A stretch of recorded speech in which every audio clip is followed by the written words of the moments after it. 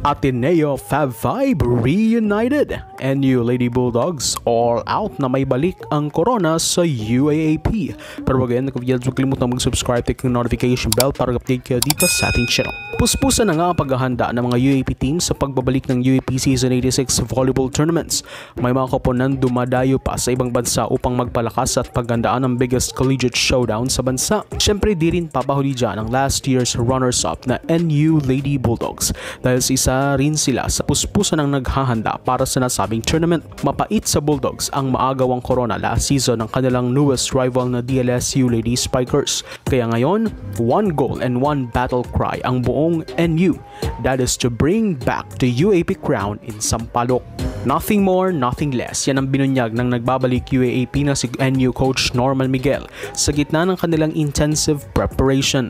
Talagang gusto namin makuha yung title. By all possible means, kailangan makuha yon. All out ang Lady Bulldogs. Wala pang UAAP championship experience si Coach Norman, kaya naman sakaling magkampiyon ang Lady Bulldogs, magiging kauna-unahang UAAP Women's Volleyball Championship and medal niya rin ito. Kaya naman, mahalaga rin itong season para sa kanya. Baon ng NU ang karanasan nito mula sa kanilang national team stint kung saan sila nagrepresenta sa bansa sa nakaraang CV League. Bukod dyan, ang kanilang undefeated run and back-to-back rounds sa Shaky Super League Championships. This is collective for them na coming to season 86. Malinaw sa kanila yung goal nila at this time, redemption talaga. They're really aware that they're gonna redeem the title. 100%.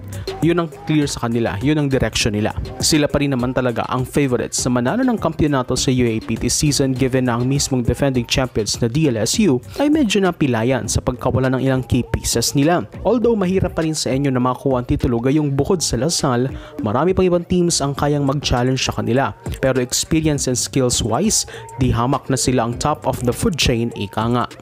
Paungunahan pa rin na ang Lady Bulldogs ni first ever rookie MVP Bella Belen, pinakabagong captain nila na si Erin Pangilinan, playmaker Lams Lamina, ang magbabalik na si Sheena Turing at syempre ang biggest ace nila, CV League, best opposite spiker, Alyssa Solomon. That power lineup makes them so far the best team in the league right now. Samantala mag-throwback naman tayo sa UAAP dahil speaking of the best this generation, wag rin nating kalimutan na may mga best din noong mga nakarang henerasyon at pinaka-iconic nga dyan ang tinaguriang Ateneos Fab 5. Muli ngang nagsama-sama sa isang mini-reunion ang isa sa pinaka-iconic na grupo sa women's volleyball na Fab 5 ng Ateneo.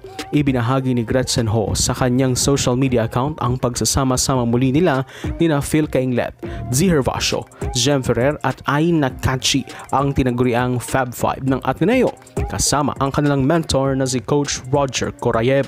Sila ang tinaguriang pillars ng Lady Eagles at isa sa mga nagpakilala sa Ateneo noon sa mundo ng volleyball.